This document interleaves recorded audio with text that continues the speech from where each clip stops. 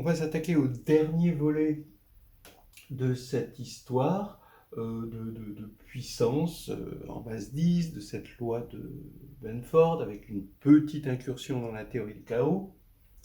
Euh, Regardez donc ce qu'on a fait. Hein. On peut voir ce problème, par exemple, de regarder les puissances de 2 et regarder le chiffre dominant en base 10 hein, d'une puissance de 2, eh bien, on peut le voir sur un cercle et avec une suite, comme ceci, vous voyez la dynamique, hein, vous partez donc là, ici, 1, bon. Là, ici, on a exponentielle 2i log de 2, c'est-à-dire que on a vu qu'on se ramenait à la suite n log de 2 dans R et que l'on peut voir comme la suite exponentielle de 2i n log de 2 dans S1, sur le cercle. Et là, on voit bien les choses. Hein. Ici, on va avoir donc 2, tac, et après, on va avoir au carré, donc E2i log de 4, E2i log de 8, log de 16, log de 32, log de 64, vous voyez. Et en fait, on se rend compte que ce qu'on va obtenir, c'est évidemment, puisque, bon là, si vous prenez n dans Z, vous avez un sous-groupe de R. Comme on a un morphisme, ici, on va avoir un sous-groupe de S1. Les sous-groupes de R sont soit monogènes, soit denses. Alors là, évidemment, on voit bien que log de 2 n'étant pas commensurable avec pi, bah, ça ne se rebouclera jamais, ça ne pourra pas être monogène, et donc ça va être dense. Et on va avoir des tranches ici, d'accord. Log de 2, ça fait à peu près 0,3, donc là à peu près on est un petit peu moins du tiers, d'accord. Ici, on est un petit peu moins des 2 tiers, évidemment, etc., etc. Et on a des tranches qui vont être logarithmiques, c'est-à-dire que ce chaos apparent, il y a quand même un ordre dedans, et cet ordre, il est logarithmique, c'est-à-dire que la probabilité d'avoir de tomber sur une certaine tranche, donc voici la tranche, ici cette tranche-là, c'est la tranche où on tombe sur un 1 en chiffre principal, et puis ici ça va être sur un 2, puis sur un 3, puis sur un 4, ça commence ici, 5, 6, 7, 8, 9, et puis 10, on reboucle, parce que log de 10, hein, là, ici on reboucle sur 1. Alors la probabilité est équivalente à quelque chose qui est proportionnel à la mesure de l'arc dans lequel on veut tomber, qui est logarithmique. Voilà, donc ça c'est ce qu'on a vu. Maintenant ce que je voudrais faire comme remarque, c'est que dans un cercle, cela correspond à des rebondissements dans un billard circulaire. D'accord. Donc effectivement, regardez ce qui se passe. Vous avez un billard circulaire, vous êtes là, vous lancez une boule avec votre queue de billard, elle va faire ici, par rapport au centre, un angle θ là, d'accord. Eh bien, qu'est-ce qui va se passer? Étant donné qu'elle rebondit ici, les lois du rebondissement vont faire que ici, on va avoir le même angle. Voilà, tac, tac. Mais si on a le même angle, et étant donné qu'on est au centre du cercle, on a les deux mêmes distances, et vous allez avoir ces deux triangles qui vont avoir, qui vont être non seulement semblables, parce qu'ils ont deux côtés communs, d'accord, deux longueurs communes et un angle commun. Donc ce sont des triangles semblables, mais en même temps ce sont les mêmes triangles, c'est plus que semblable, c'est carrément une isométrie, ils sont isométriques. Et donc, ça veut dire que ici, comme on a θ, on a θ ici aussi. Donc comme on a exponentielle de iθ, et bien là on a exponentielle de 2iθ, et quand ça va continuer à rebondir, cet angle-là, comme on a un triangle isocèle, on va avoir le même angle ici, et donc le même angle ici, et etc. Ça va continuer à rebondir. Et finalement, ce sous-groupe de S1 pour la multiplication, hein, si on est plongé dans le corps des complexes, hein, et ce sous-groupe de S1 va correspondre à des rebondissements dans un billard circulaire. Alors ça, c'est amusant. C'est une équivalence. Hein. Si je prends le sous-groupe, alors ça correspond à un rebondissement, hein, évidemment. Alors maintenant, ça donne envie d'aller un petit peu plus loin. Au lieu de regarder un cercle, de regarder un tore. C'est-à-dire, on peut passer à du multidimensionnel. C'est-à-dire, pour l'instant, S1 croix S1 au lieu de S1. Et qu'est-ce qu'on fait? Donc, pour l'instant, on se limite à un tore de dimension 2. Ici, on va avoir, voilà notre tore. Donc, vous voyez bien que notre tore, c'est un carré. On a collé ceci et cela, puis on colle ceci et cela, puis ça fait un tore. Donc, on a une espèce de beignet. Et ici, on va regarder un rebondissement à l'intérieur du tore, comme ça, une balle qui rebondit.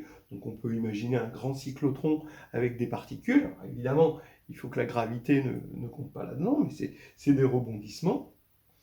Et de la même manière que S1, que ces rebondissements correspondaient à une suite arithmétique dans R, et ben, ces rebondissements vont correspondre à une suite arithmétique dans R croix R, c'est-à-dire qu'il faut imaginer qu'on en a déplié, en quelque sorte, ce tore en plusieurs carrés qui forment un réseau, et qu'on est en train de regarder les rebondissements dans le tore comme un vecteur ici, et ce vecteur multiplié par petit n pour n dans grand N, ou dans grand Z, hein, si vous voulez voir un groupe. Alors, qu'est-ce que ça va donner?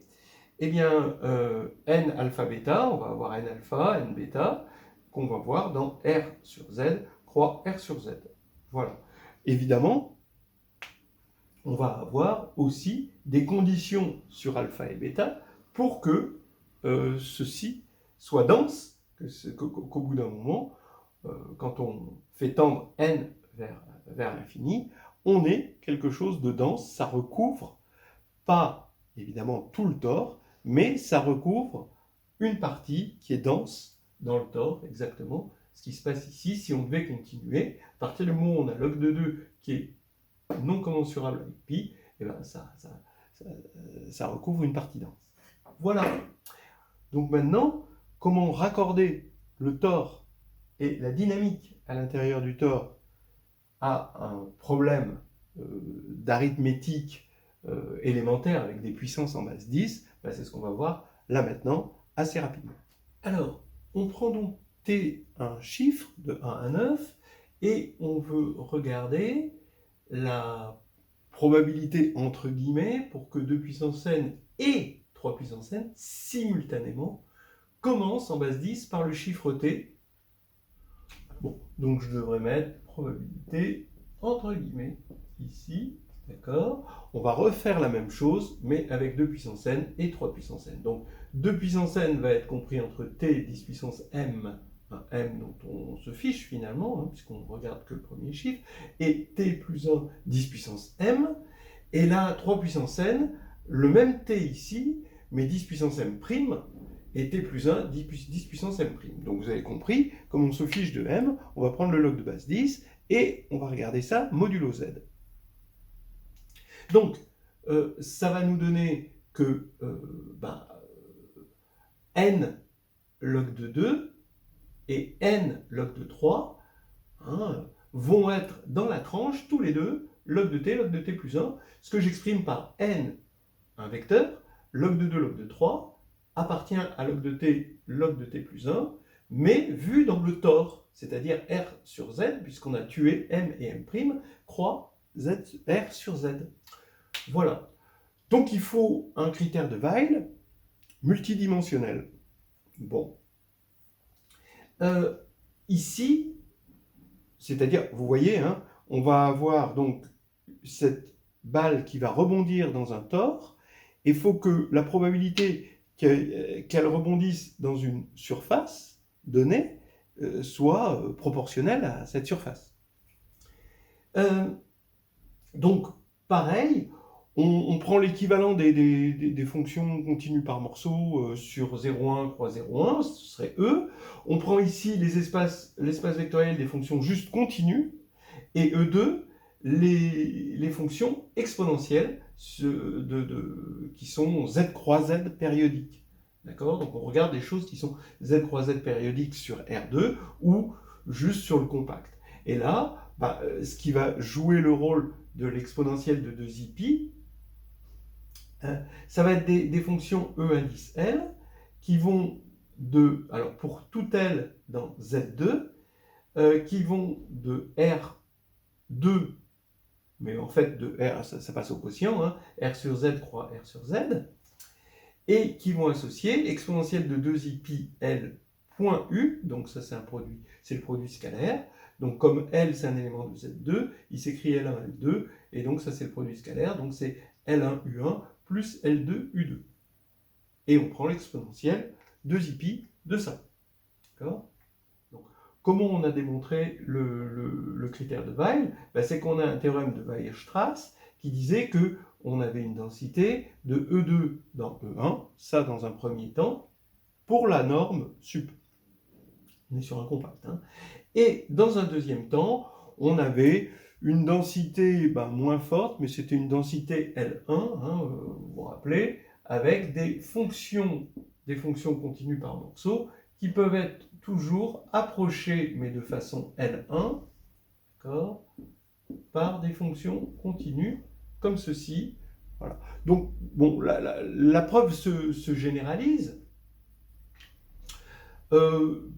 C'est pas difficile d'avoir l'équivalent entre E1 et E2. Mais entre E2 et E1, ça va pas être le théorème de Weierstrass, c'est le théorème de Stone-Weierstrass, c'est-à-dire que ce E2 est en fait, pour des propriétés multiplicatives, va être une algèbre, hein, une sous-algèbre de E1, et c'est une sous-algèbre qui contient les constantes et qui vérifie un axiome de séparation. C'est assez facile de voir que deux points donnés, il va exister une fonction qui va séparer les deux points, qui va donner une certaine valeur sur un point et une autre valeur sur un autre point. Bon, alors ça c'est vraiment pas difficile, c'est juste parce que c'est vrai au niveau tout bêtement au niveau en dimension 1, et la dimension 1 va impliquer la dimension multiple. Voilà. Donc la séparation, c'est bon. Et stable par barre, parce qu'on est en complexe, donc il y a ce petit codicile de barre stabilité qu'il faut qu'on ait pour avoir Stone-Weierstrass. Et donc on vérifie que ça va bien être dense là-dedans, et donc le critère de Weil va continuer à fonctionner exactement pareil. Hein, c'est-à-dire qu'il suffit de vérifier que c'est vrai pour ces fonctions-là, que quoi est vrai, que la moyenne des probabilités de 1 à n va bien tendre vers l'intégrale, d'accord, pour que ce soit vrai partout. Donc voici le critère de Weil multidimensionnel. On prend une suite AN de Z2, vous pouvez le généraliser après en multidimension, mais là on parlait de Z2, voilà quoi. Eh bien, le critère, c'est il faut que quelle que soit elle, dans Z2, mais pas nul, évidemment, si c'est nul ici, là ça ne va pas être 0 ici, alors la moyenne des EL de AK sur de 1 à n tendent vers 0. Voilà. Donc, en fait, comment on va utiliser le critère de Weil multidimensionnel pour ce problème-là? Eh bien, vous voyez qu'on a la suite AN, ici, modulo Z, évidemment, et donc, ça va nous dire, étant donné que cette série-là, donc j'enlève le 1 sur n, mais cette série-là est une série géométrique, il faut que ce soit une série géométrique de raisons différentes de 1, comme on avait vu l'autre fois, c'est-à-dire que n, L1 log de 2 plus L2 log de 3 n'appartiennent jamais à Z, sinon on aurait une série géométrique de raison 1. Donc, je suppose que c'est un entier, je mets 10 à la puissance des deux côtés, et ça va me donner 2nl1, 3nl2 égale 10 puissance z, et on voit avec le TFA, le théorème fondamental de l'arithmétique, que ça, c'est pas possible, sauf si L1, L2 égale 0, ce qui est ici exclu par le critère. Donc, voilà, ça veut dire quoi? Ça veut dire que cette suite-là va vérifier, donc dans R sur Z croix R sur Z, va vérifier le critère de Weil multidimensionnel. Voilà. Donc, ça veut dire que la probabilité pour K compris entre 1 et N, pour que 2 puissance K et 3 puissance K commencent par le chiffre T, eh ben, c'est la surface que l'on va avoir, c'est-à-dire log de T plus 1 moins log de T, mais au carré. Alors ça ne va pas être égal, hein. Quand n tend vers l'infini, ça va tendre vers ça. Donc ça donne une idée. Ça veut dire qu'il va toujours en exister. D'accord? Alors après, il y a des théorèmes qui précisent encore ça, mais bon, là on va s'arrêter là. Un petit contre-exemple, je l'ai pris pour 2 et 3, et là ça marchait bien, mais par contre pour 2 et 5, simultanément, ça ne marche pas. Vous prenez 2 fois 5, ça fait 10, donc log de 2 plus log de 5 égale 0, et on a notre relation avec n égale 1 ici, L1 égale 1, L2 égale 1, donc on a pour le vecteur 1, 1, L égale le vecteur 1, 1, on voit que on a un problème, et donc le critère de Weil multidimensionnel ne va pas marcher, ce qui va faire que ici on ne va pas avoir une suite équidistribuée, hein, ce qu'on va regarder sur un petit schéma que m'a fait Jérôme. Alors voilà, on a à l'extérieur le premier chiffre des puissances de 2, modulo 1, donc sur le cercle, dans R sur Z, hein, donc modulo Z. Voilà, donc là, c'est quand ça commence par un 4. Donc par exemple, tout à l'heure, hein, on avait 2, voilà, 4, 8, 16. Alors 16, c'est 1, 6 à peu près là, 32 qui va être à peu près là, etc. Et à l'intérieur, on a les puissances de 5, là, ici, modulo Z. Donc ici, on voit le premier chiffre, et comme log de 2 plus log de 5, ça fait 0, modulo Z, évidemment, puisque ça fait 1. Cet intervalle rouge, pour 2, c'est exactement l'opposé de l'intervalle rouge ici. Donc ça veut dire que quand on va faire 2 puissance 1 et 5 puissance 1, on sera ici, d'accord, voilà, et ici. Donc ça ne coïncidera pas. Maintenant, quand est-ce que ça coïncide? On se rend compte que comme là, on va de 1 à 9, et là, on va dans le sens inverse de 1 à 9, le seul endroit où ça puisse coïncider, c'est en 3, ici, d'accord, sur une toute fine parcelle. Donc, on a une contradiction ici du critère de Weil. Il ne va pas y avoir, ça ne va pas être proportionnel à ce que l'on voudrait. C'est-à-dire qu'il y a des situations qui sont impossibles, et la seule situation possible pour avoir une coïncidence des deux, c'est ici. Voilà. Voilà, on a fait cette petite promenade dans les puissances en base 10. On est proche de cette théorie du chaos, où on a des grands mathématiciens comme Poincaré, évidemment, Weil, Birkhoff, qui ont mis leurs pattes dessus, et c'est lancé par des physiciens comme Boltzmann, Ludwig Boltzmann.